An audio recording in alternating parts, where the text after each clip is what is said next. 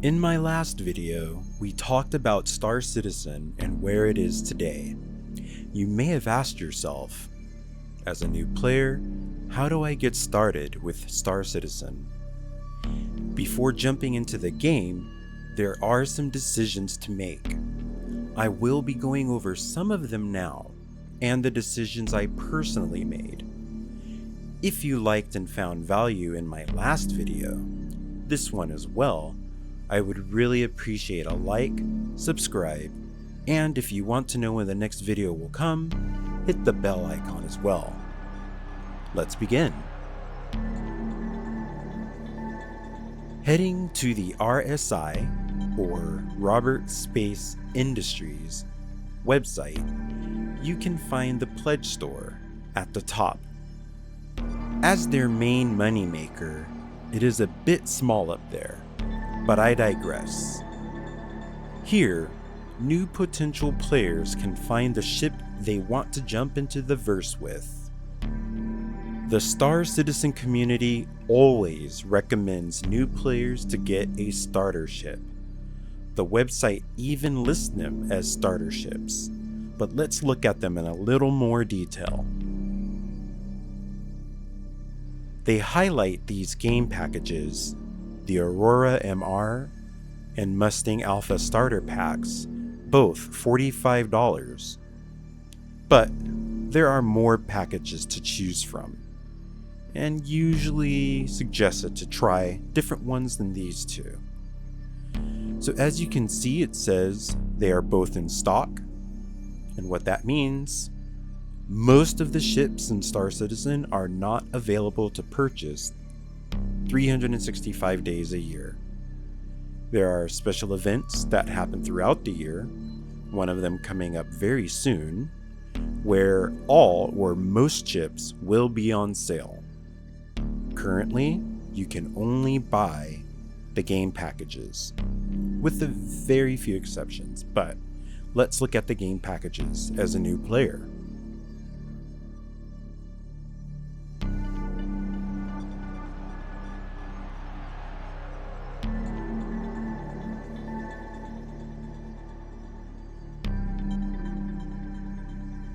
Now that we're here, let's take a look at some of the ships that are available and suggested for new players to get. Starting with the Aurora MR starter pack.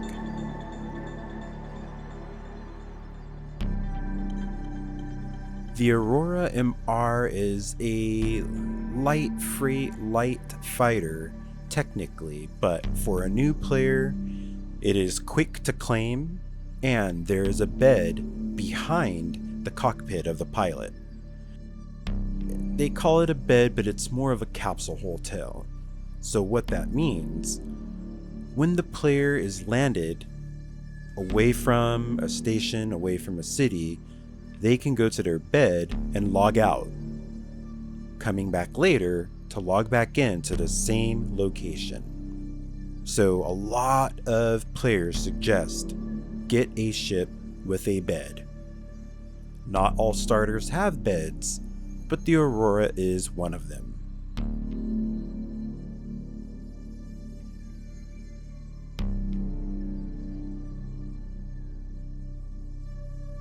The Mustang Alpha is a fast and agile light fighter, but there is no bed.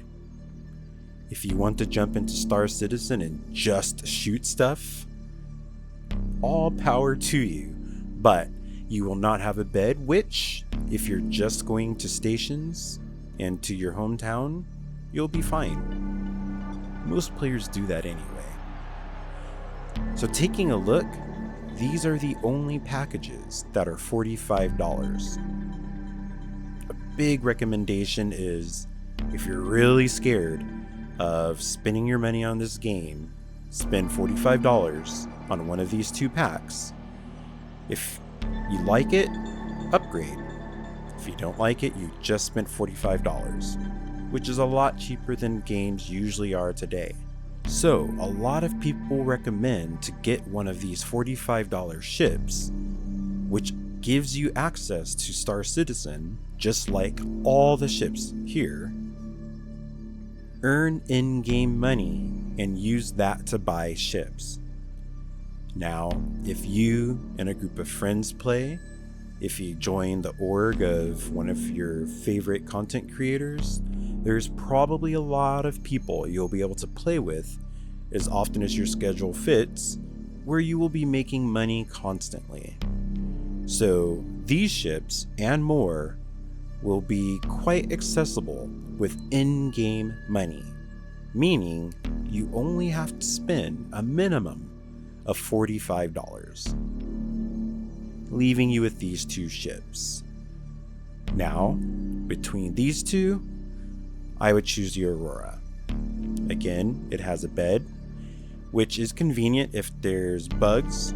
If there's any type of glitches, you can hop into your bed, log out, log back in, lose no time in progress, just the time it took to log out, and hopefully your problems will be gone. With the Mustang, you have to go back to a station or a home city. If you're having certain glitches, that might not be possible, or it might be very difficult. After this, ships go into the $60 range, with the C8X Pisces Expedition, the Cutter Starter Package. Out of these two, I would choose the Cutter Starter Package. Currently, the C8X Pisces Expedition is made for exploration, and there's really no exploration gameplay to really benefit from what it can offer new players. So the Cutter is a bit more protective and a better all-around pick compared to here. You'll have better shields, I believe, and better guns. So out of these two, I would definitely choose the Cutter Starter Package.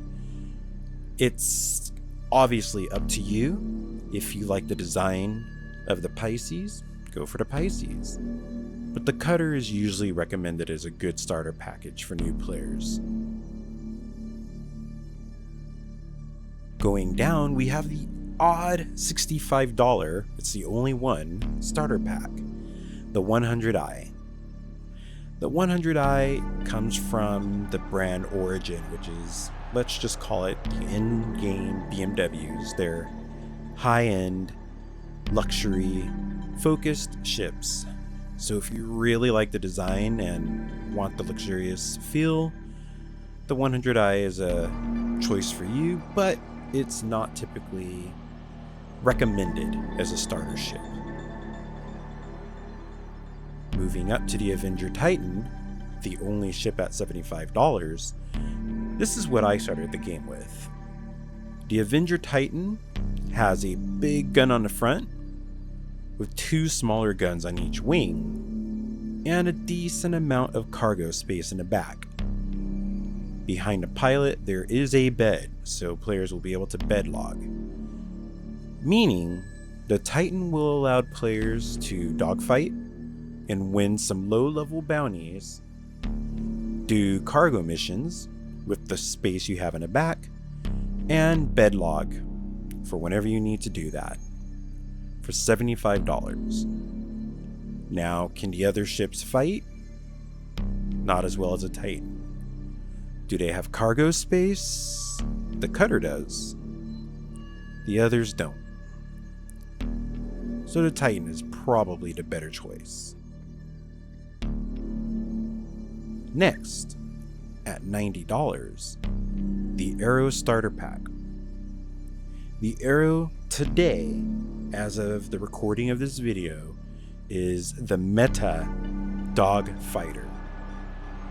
But it is a light fighter, single-seater. So, a bit fragile, and in the future when armor comes to ships in the game, it's not going to be as viable as it is today. So, if you jump in today and you want to PvP or PvE and shoot down other ships and nothing else, the Aero Starter is a good option, but again, it's up to you. and it is $90. So you're just gonna have your fighter, but again, you could jump in the game and make in-game money to get whatever you want after that. For $5 more, you have the Nomad starter pack. The Nomad is a bit of a weird shaped ship, and it's got what people like to say, a pickup truck bed in the back. There, you can fit some small vehicles. People like to try, what can they fit? What can't they fit? Some people recommend this, but it's not the most popular starting option.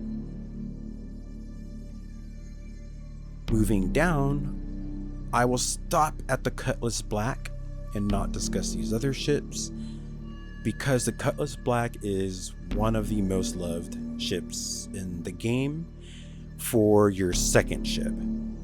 It's beefier than the Avenger Titan. It's got storage more than the Avenger Titan, and it can fit a friend to fit in the top turret for extra gunfire. There's 2 beds inside, which you can't have a friend bed log out of your ship yet, but again, that will change at whatever time you see this video. So there are 2 beds and a cockpit space for your second pilot.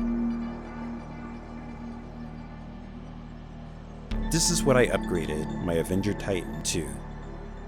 So upgrade means I paid $75 to get into the game, enjoyed it, felt my limitations with the Titan, fell in love with the Black after buying it in-game. I spent $50 extra, which got me the $125 to get this. So that's something that a lot of players do. It's called melting your ship to upgrade it to something bigger. You can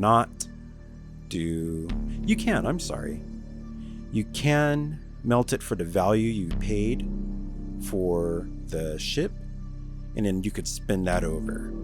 I was going to explain something else, but let's get to that later. So that was a mistake. Anything you buy, if you sell it or exchange it for store credit, what Star Citizen players call melt, you get the store credit value that goes towards any bigger ship or side ship. So don't think you lose the money as far as what the game is concerned. No, you don't get the money back in your bank account, but you do get to get 75 credit if you were to get rid of your Titan, spend $15 extra, and get yourself an arrow. Then the next time you log into the game, your Titan will be gone, and you'll have an arrow instead. So again, I mentioned I am going to stop at the Cutlass Black because it's kind of the pinnacle of what people suggest for starter ships. Of course, it's your money. Take a look at the other ships. This one has a pack with 6 ships inside of it, plus some more. But look at that price tag. If you and some friends want to hop in, they can buy $45 ships, and you can have a bunch of ships to share and play the game with. Do what you want, it's your money. But again, the Aurora at $45, the Cutter at $60, the Avenger Titan at $75, and the Cutlass Black at $125 are my recommendations. And the more you're into the Star Citizen community, you'll see the community probably agrees. I probably learned from them. Once you have chosen your ship, you will have access to download and install Star Citizen. After that, you're ready to hop in. But as I mentioned at the beginning, there are choices to make. Will you play the game 100% with mouse and keyboard? Will you attempt to play with the current state of a controller, which is almost doable, but due to a few issues, you will still need to put your hands on a keyboard and mouse? Or will you choose HOSAS, hands-on stick and stick, or HOTAS, hands-on throttle and stick? I chose HOSAS, hands-on stick and stick, because before Star Citizen, I was playing Elite Dangerous in virtual reality. I am okay with the keyboard and mouse and being able to recognize where all the keys are, but not when I am blind. Now, having two sticks, muscle memory kicked in and I got very comfortable with the tons of options I have for bindings. Moving from Elite Dangerous to Star Citizen with the same sticks was very easy once I found a good binding setup. I personally chose the VKB Gladiator dual stick setup, which led me to find the YouTuber Subliminal, who has what most people consider the best bindings for the VKB dual stick setup. Now, you can get this, set it up, and be perfectly fine, but what most people do is use it as a starting point. So get those, get it set up the way Subliminal has and shares, then adjust to your liking. Of course, there are more expensive sticks. There are very, very affordable sticks to get into the game. And, of course, your keyboard and mouse that you already have will work for the game as well. I feel once you get into the game, once you try it with sticks, again, whether it's cheap or up to the very expensive ones, you can't go back. With all of the work the developers are putting into this to get immersion, it's really, really something you'll feel, and you can't go back once you get your hands on the throttles and stick. So now that you know how you're going to control your character and your ships in the game, how are you going to play it? You've got your regular game monitors. You've got what I use, an LG OLED TV, because it's space and I love the dark blacks. There are some options to benefit from both of those styles of play. One being what I first jumped into, the Tobii Eye Tracker. It's called the Tobii Eye Tracker 5, and it's what a lot of players who want to feel more immersion while using a flat screen, as it follows your head movement and eye movement by using infrared to track your eyeballs. I've got it set up even in a not ideal location, and it works flawlessly. Even in a dark room, and I am a dark-skinned person, so it still picks everything up with IR. Now, something that I found out, I believe 3 weeks ago this weekend, virtual reality now works in Star Citizen again. I say again because before I played, using the mod Vorpex, which I slightly mentioned in my last video, used to work for Star Citizen. With the inclusion of easy anti-cheat, that mod stopped working. But recently, the Linux community found a workaround for it, and the developers of the game, CIG, are 100% okay with this workaround for the Linux community and for Vorpex, the VR mod. So, I only have a Quest 2 today, but playing Star Citizen with at-scale virtual reality, it's way better for me than my high-end OLED LG TV. There's things to get used to. EVA really made me sick, and sometimes does today, but I'm much better than my very first day in it. And there's a few other things, of course, player for player. It'll depend on how you feel with virtual reality, but today, as of a month and a half ago, I want to say, there is a workaround for players to play Star Citizen in at-scale stereoscopic virtual reality that the developers of the game are 100% okay with. As I mentioned at the end of my last video, the content creator, Chachi Sanchez, is a huge proponent for virtual reality in Star Citizen.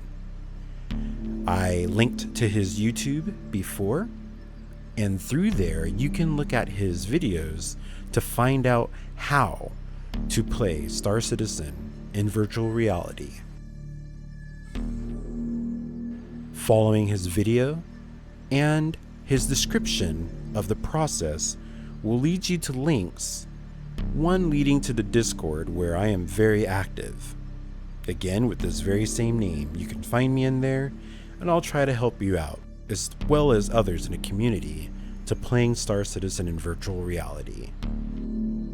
In the future, I am going to be sharing some virtual reality moments, whether it's full gameplays, whether it's just exciting moments in virtual reality, plus a few other things I have up my sleeve. But I will also do flat screen footage as well, and a lot of content using that. Now that we know how to get into Star Citizen, what we're going to use to play it, and some cool options to experience and get further immersed into the universe, let's hop into the game. In my next video, I'm going to go over what a new player can expect when they jump into Star Citizen for the first time. Don't forget to like and subscribe so more curious future citizens can be informed before jumping in. Also, turn on those notifications, as I plan to release videos as I finish them, not always sticking to a schedule. See you in the next video, citizens.